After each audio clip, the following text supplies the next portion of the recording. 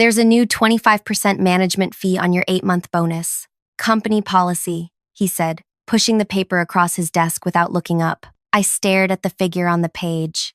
$15,000, reduced to $11,250. A management fee, I repeated, the words tasting strange. I'd never heard of such a thing in my 4 years with the company.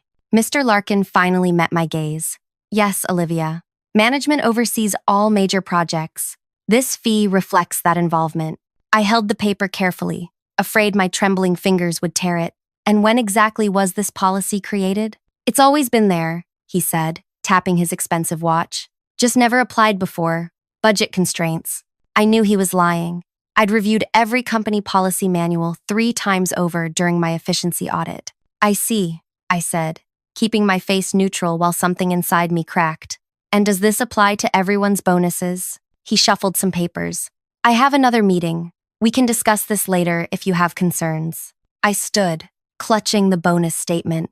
$3,750 gone. My daughter's asthma treatments for a year. The security deposit on an apartment without mold. The money I'd promised my mother to help with her medications. Thank you for the explanation, I said, as if he'd given one. That night, I sat on my kitchen floor, surrounded by bills, Aria's inhaler prescription, 3 late rent notices, the water damage on our ceiling that the landlord ignored, 8 months of missed bedtime stories, of mommy has to work late, had earned me this bonus. It wasn't just money, it was our escape route. But now, a quarter of it vanished into Mr. Larkin's pocket. Before I continue what happened next, thank you for listening to my story today. I'd love to know where you're tuning in from. Drop a comment below. It always amazes me how connected we are, despite the distances between us. My name is Olivia Reed. 4 years ago, I joined Sterling Analytics as a data specialist.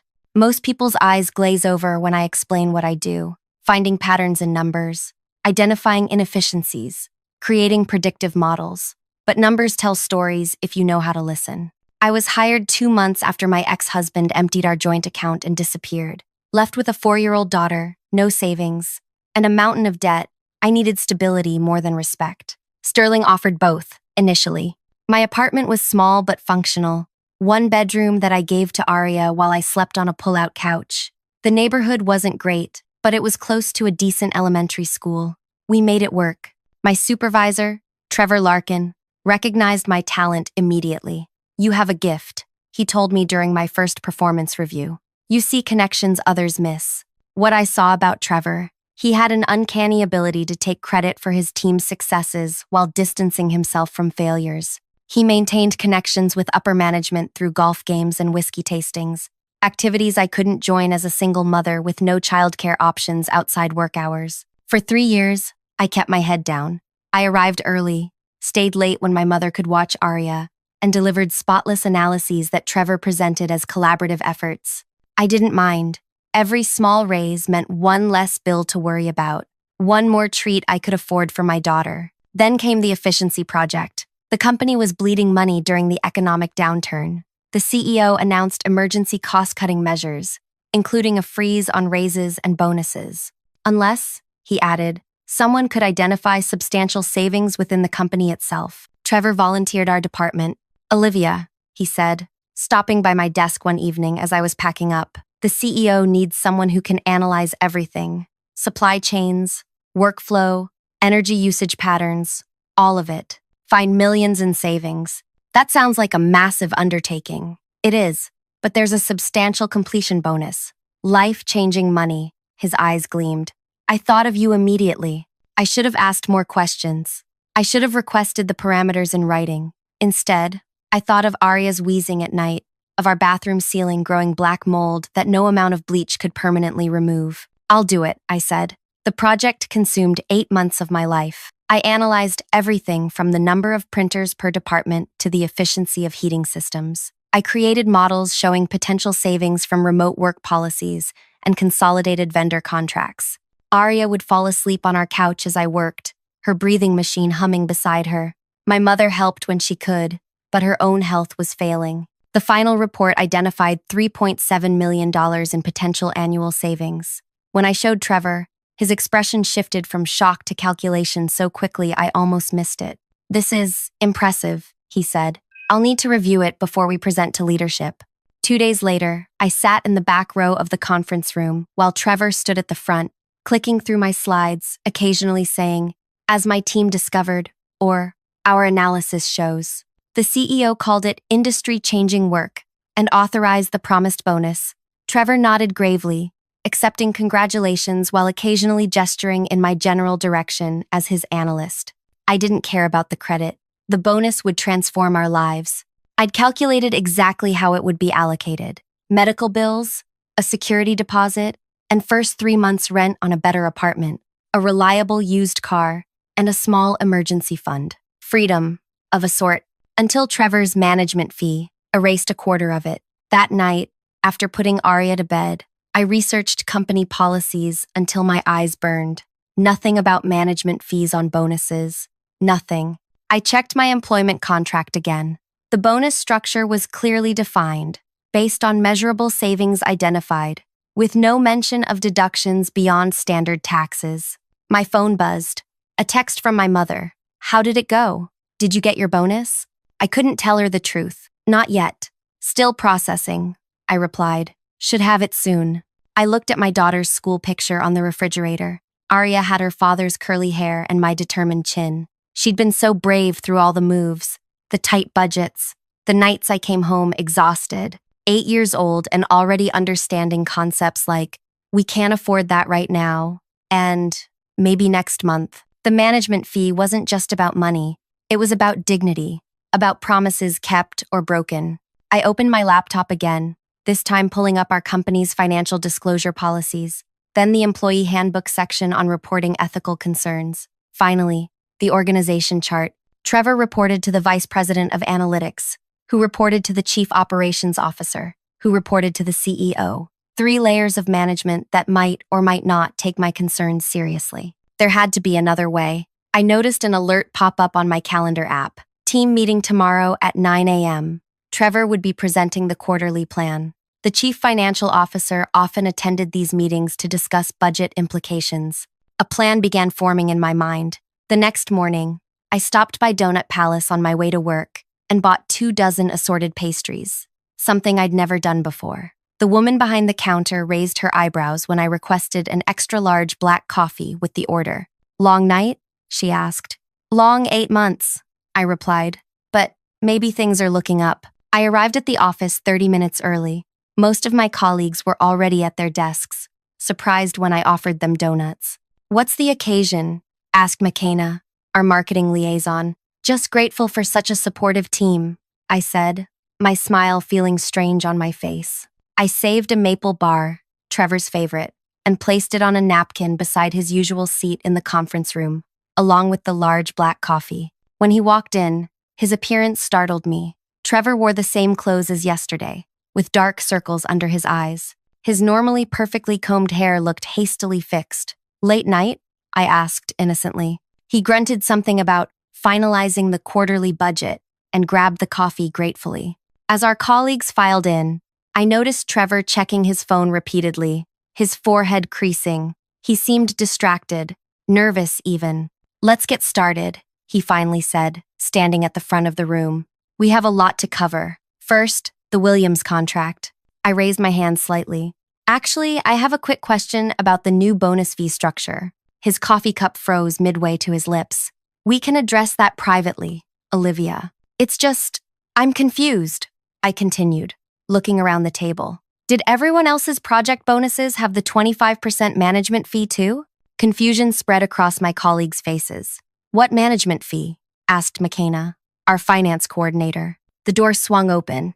The CEO walked in with the chief financial officer. "Sorry to interrupt," said the CEO, his tall frame filling the doorway. "Just wanted to personally check on implementing those brilliant cost-saving measures." He nodded at me.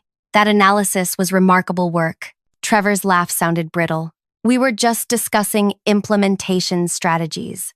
"Actually," I said softly, "we were discussing the new 25% management fee on project bonuses.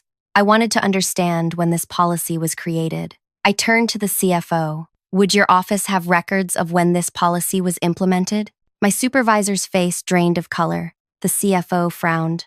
There's no such policy, she said. Trevor cleared his throat. It's a recent implementation. Perhaps it hasn't reached all departments yet. I removed a folder from my bag. That's strange. Here's my bonus statement, with the deduction clearly marked as management fee, company policy. I slid the paper toward the CFO, who picked it up with a deepening frown. I've never seen this format before, she said, examining the document. I nodded. I thought it seemed unusual too. The CEO stepped forward. What exactly are we talking about here? A misunderstanding, I'm sure, Trevor said quickly. Olivia received her project bonus yesterday, and there seems to be some confusion about standard deductions. A 25% deduction isn't standard, I said quietly. And according to my employment contract, the bonus structure is very specific. I slid a second paper forward. Not bank transfers, as everyone expected, but a single spreadsheet. The quarterly budget Trevor had accidentally left open on his computer when he rushed to the bathroom after I brought him his favorite donut. A budget showing a special performance incentive matching exactly 25% of my bonus, allocated to himself. The room went silent.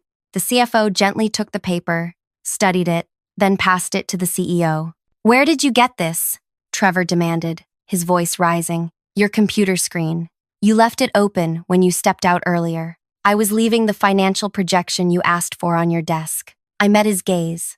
I wouldn't normally look at your files, but seeing my bonus amount with that exact 25% figure under your name caught my attention. The CEO's expression hardened. Trevor, is there an explanation for this? Trevor's laugh sounded hollow. This is ridiculous. It's obviously a mistake in the spreadsheet. I was working late on budget allocations, which don't typically include redirecting portions of employee bonuses to management, the CFO interrupted. She turned to me. Miss Reed, how long have you worked here? 4 years next month, I answered. And has this happened before? Deductions from your compensation that seemed unusual? I hesitated. There had been other instances, smaller ones, a promised raise that came through, lower than discussed, a training opportunity that required an administrative fee I later discovered no one else paid. There have been discrepancies, I said carefully. The CEO's jaw tightened. I think we need to continue this conversation in my office. Trevor, please bring all bonus documentation from the past year. Miss Reed, if you'd join us as well. He turned to the rest of the team. Meeting adjourned for now. As everyone filed out, Trevor grabbed my arm. You have no idea what you've done, he hissed. I gently removed his hand. I think I do. My phone buzzed in my pocket, a text from my childcare provider. Arya had another asthma attack at school. They'd given her the rescue inhaler, but she needed to go home. I felt the familiar twist of anxiety, the impossible balance between being a mother and keeping the job that allowed me to be a mother. I need to make a call, I told the CEO. My daughter's ill. It will just take a minute. He nodded, his expression softening slightly. I stepped into the hallway, arranging for my mother to pick up Arya, despite her own chronic pain. Another favor I'd have to repay, another apology I'd have to make. When I returned, Trevor was already in the CEO's office, his voice audible through the door. Completely dedicated to this company. One misunderstanding shouldn't erase years of leadership. I knocked and entered. The CFO sat reviewing documents, while the CEO stood looking out the window. Miss Reed, the CEO said, turning. Please sit. I took the chair farthest from Trevor, whose face had morphed from anger to a calculated pleasantness. I've explained the situation, Trevor said smoothly. The management fee was my mistake, a misinterpretation of new budget guidelines. I'll certainly rectify the error immediately. The CEO studied me. Is that satisfactory, Miss Reed? Was it? The money would be returned, but the betrayal remained.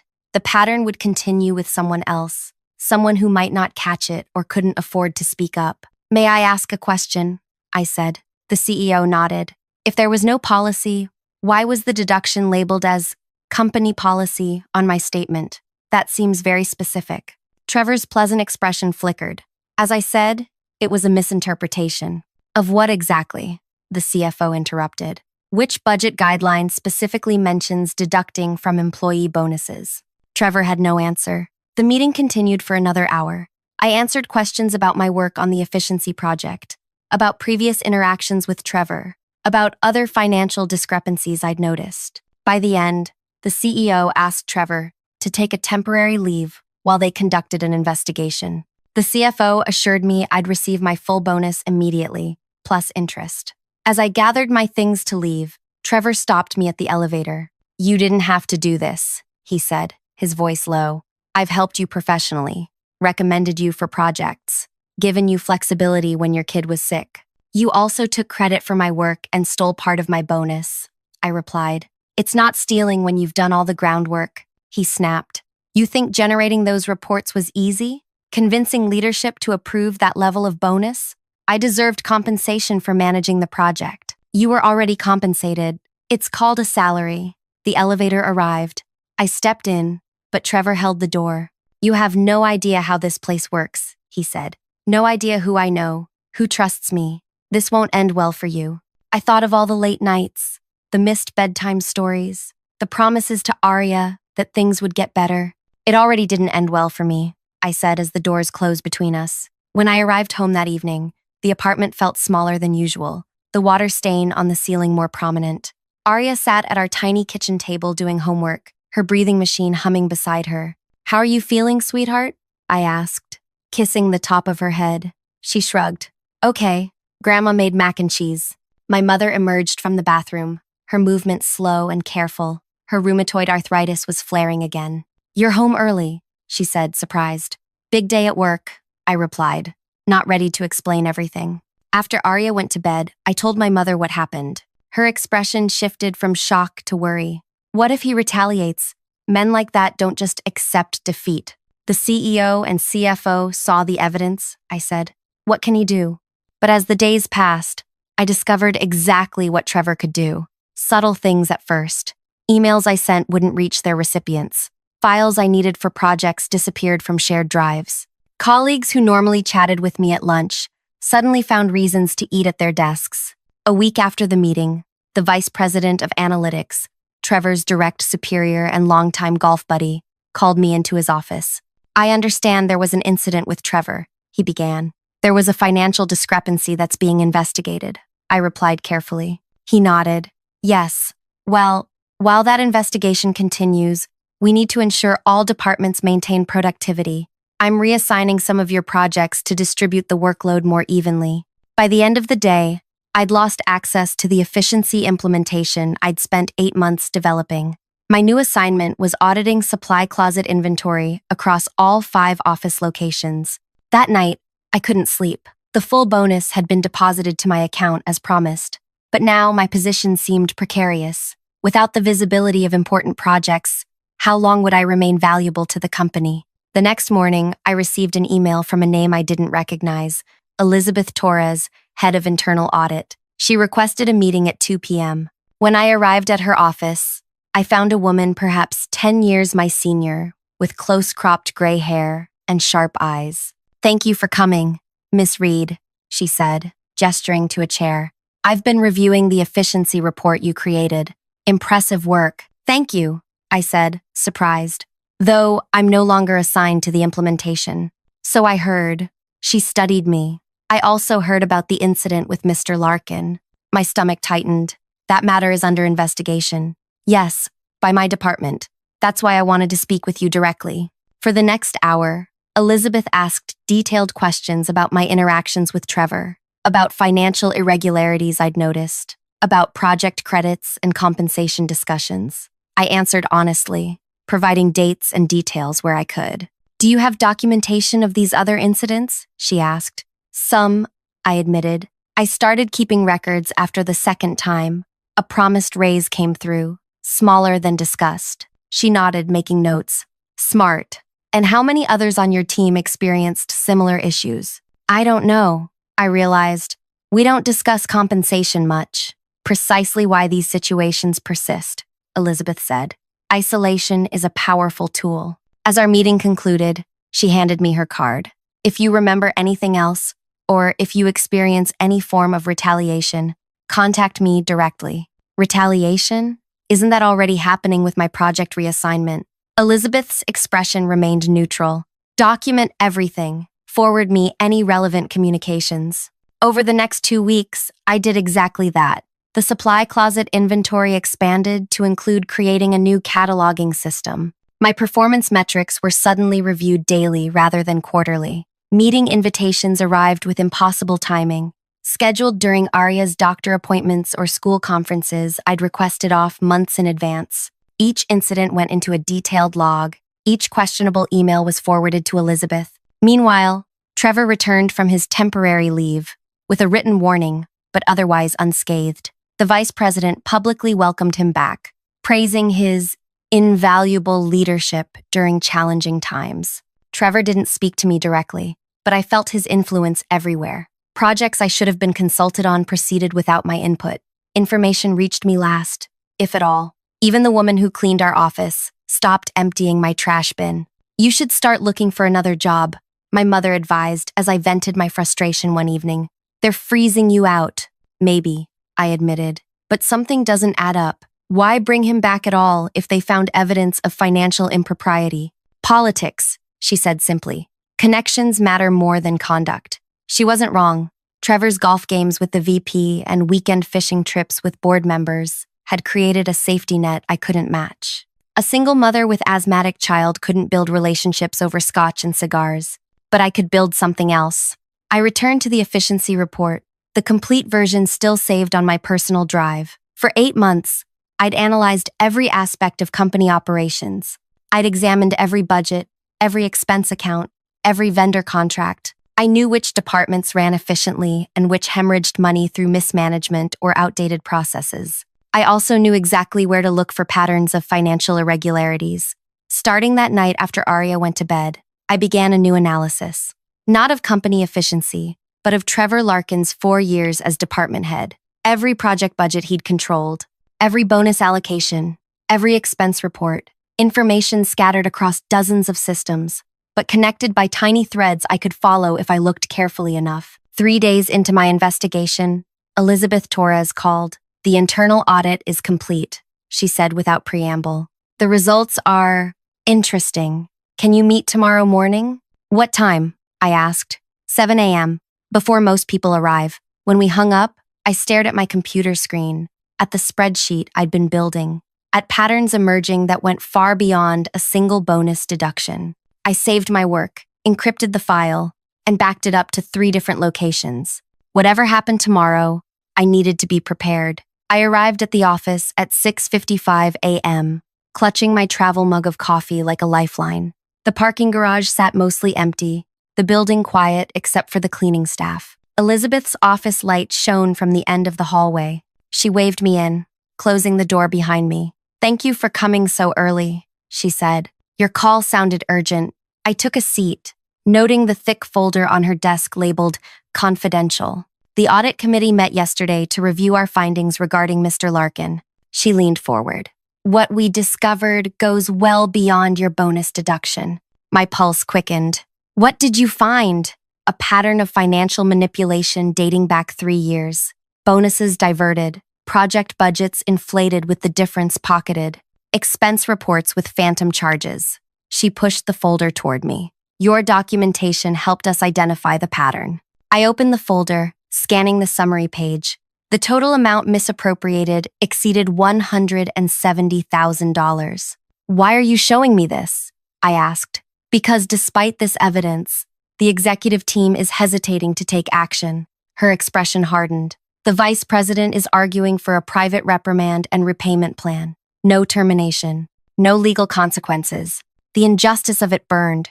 Because of his connections." She nodded. "The VP claims pursuing this could damage company reputation. He's pushing to handle it discreetly, meaning everyone else still suffers while Trevor gets protected." "Precisely." Elizabeth studied me. "However, the CEO isn't entirely convinced by this approach. He's requested a special meeting tomorrow with the executive team. Trevor will present the quarterly strategy, including implementation of your efficiency plan." "Which I've been removed from," I reminded her. "Yes, officially." She slid another document across the desk. "But as head of internal audit, I need someone to verify certain financial projections in that presentation. Someone who understands the complete efficiency framework." The document was a temporary authorization returning my system access for 24 hours. "This seems," I hesitated, "necessary for a thorough audit," she finished. "Nothing more." I took the authorization, And what exactly should I be verifying? Everything, Miss Reed, particularly the projected savings figures for next quarter.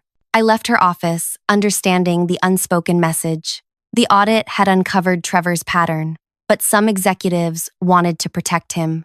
Tomorrow's meeting represented a crossroads: continue the protection or expose the truth. And I now had access to verify exactly what Trevor planned to present. I spent that day reviewing the implementation plan for my efficiency recommendations. As expected, Trevor had modified several key components. He delayed the most impactful changes, diluted others, and entirely removed some that affected departments led by his allies. The modified plan would achieve barely 40% of the projected savings. That evening, I prepared 2 documents. The first contained my analysis of Trevor's implementation plan, highlighting the deviations from the original recommendations and their financial impact. The second document was different. For 3 nights, I'd been tracking Trevor's pattern of financial manipulation, not just what the audit found, but connections they might have missed. Projects where numbers changed between proposal and implementation. Team members whose bonuses didn't match their documented performance metrics. Budget allocations that shifted mysteriously between approval and execution. By midnight, I had a comprehensive record of every questionable financial decision in Trevor's department for the past 4 years. Not just the $170,000 the audit identified, but nearly $290,000 in total. I saved both files to a flash drive and finally went to bed. The next morning, I dressed with unusual care. A dark blue dress I'd bought on clearance last year but never worn. Small earrings my mother had given me for my 30th birthday. Battle armor of a sort. Arya noticed immediately. "You look pretty, Mom." "Thank you, sweetheart." I helped her pack her backpack. "Grandma will pick you up from school today, okay? I might be working late." She nodded, used to this routine. "Will we move soon? To the house with the yellow room?" The question caught me off guard. I'd shown her pictures of apartments in better neighborhoods, including one with a small yellow bedroom she'd immediately claimed as hers. "I'm working on it," I promised. "Things might change soon." At work, I reviewed Trevor's presentation once more. The executive meeting was scheduled for 2 p.m. At 1:30, Elizabeth walked past my desk, nodding slightly. At 1:45, I took the elevator to the executive floor. Flash drive in my pocket, the conference room door stood open. Executives already gathering inside. The CEO noticed me first. "Miss Reed, can I help you?" "I was asked to provide some financial verification for today's presentation," I explained, "for the efficiency implementation discussion." He looked surprised but nodded. "Of course. We'll be addressing that portion around 2:30. I took a seat in the back corner, opening my laptop. Trevor entered minutes later, faltering slightly when he saw me, but quickly recovering. The vice president followed, frowning in my direction. "Why is Miss Reed here?" he asked the CEO quietly, but not quietly enough. "Financial verification," the CEO replied. "Given her intimate knowledge of the efficiency project, it seems appropriate." The VP looked displeased, but didn't object further. The meeting began with standard quarterly updates. I sat silently, waiting. At 2:25, Trevor stood to present the efficiency implementation plan. "As you know," he began, "my team developed a comprehensive efficiency framework projected to save $3.7 million annually. After careful analysis, I've optimized the implementation to balance immediate savings with operational stability." He displayed the modified projections, showing $2.9 million in savings, instead of the original $3.7 million. Still impressive, but significantly reduced. "Implementation will occur in 3 phases, he continued, outlining timelines that stretched the most impactful changes over 18 months, rather than the 6 I'd recommended. The CEO frowned. "This timeline seems extended from the original proposal." "Yes," Trevor agreed smoothly. After detailed analysis, I determined that a more measured approach would reduce operational disruption. "And the reduced savings projection?" asked the CFO. "A more realistic figure, based on implementation challenges," Trevor replied. The original estimate was somewhat optimistic. I felt a sudden clarity, watching him confidently present my work with his modifications. This had always been the pattern. Take someone else's effort, alter it to serve your purposes, then present it as improved through your leadership. The CEO glanced my way. Miss Reed, you created the original efficiency framework. Do you agree with these modifications?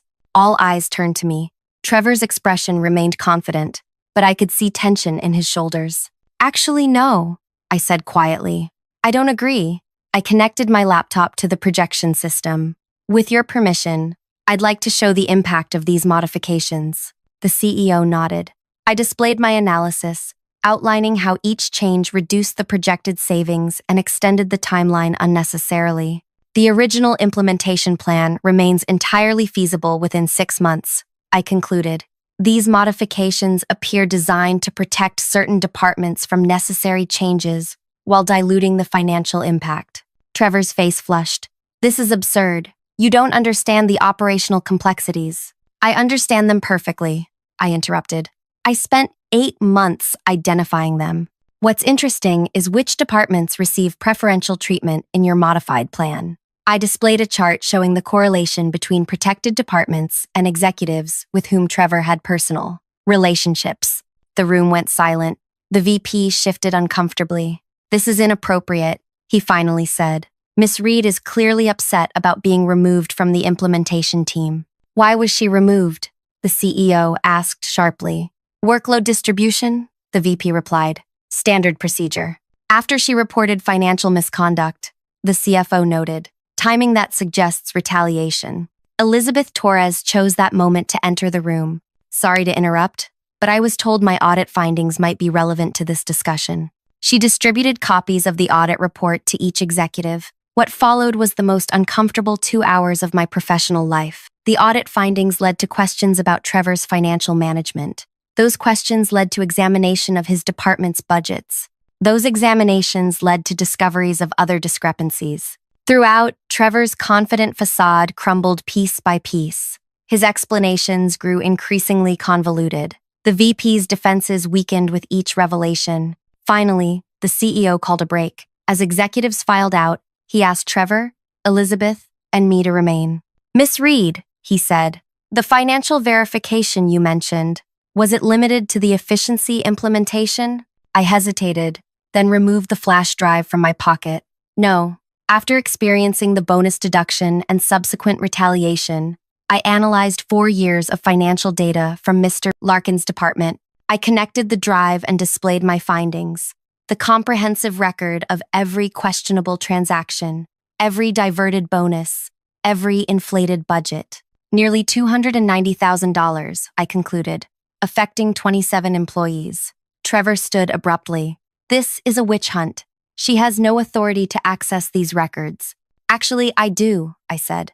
These are all projects I worked on, reports I generated, team members whose performance I evaluated. I simply connected information already available to me. The CEO's expression had grown progressively darker. Trevor, wait outside. After he left, the CEO turned to me. You've been very thorough, Miss Reed. I'm good with patterns, I said simply. 3 weeks later, I signed mortgage papers on a small house in a clean school district with good air quality. My daughter's new bedroom had yellow walls she helped paint herself. The aftermath at work unfolded quickly. Trevor was terminated immediately. The VP resigned the following week. The company filed insurance claims for the misappropriated funds and began the process of repaying affected employees. I received my full bonus plus compensation for the raised discrepancies Trevor had engineered over years.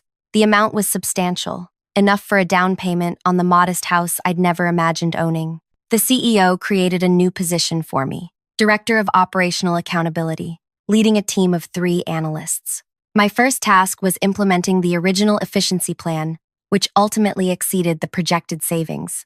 Sometimes when Arya is sleeping, I sit in our small backyard and think about choices. Trevor lost everything, his job, his reputation, and possibly his freedom after the financial audit led to a criminal investigation, revealing a pattern going back much further than his time at our company. I never wanted to destroy anyone. I just wanted what was rightfully earned. I wanted my daughter to breathe easily in a home without mold. I wanted to answer her questions about money without that knot of anxiety in my chest. Power corrupts when it operates without accountability. Trevor believed his connections protected him from consequences. The VP thought company hierarchy outweighed company ethics. They were both wrong. My revenge wasn't crafty or complex. It was simply the truth, meticulously documented and presented when it mattered most. Arya starts third grade next week. Her new school has a science program she's excited about. Her asthma attacks have decreased by 70% since we moved. My mother lives in our spare room now, her medical care finally consistent. These are the real consequences, not just Trevor's downfall, but my daughter's rising health, not just financial recovery, but the breaking of a cycle of powerlessness. Not just professional advancement, but the knowledge that systems can change when people speak up. If you've stayed with my story this long, thank you. Your time and attention mean more than you know. If something in this resonated with you, please leave a comment sharing your thoughts. Have you ever faced a situation where speaking up felt impossible but necessary? How did you handle it? Every story shared helps someone else feel less alone in their struggle. And if you found value here, consider subscribing for more. We're all just trying to find our way through complicated situations. It helps to walk together.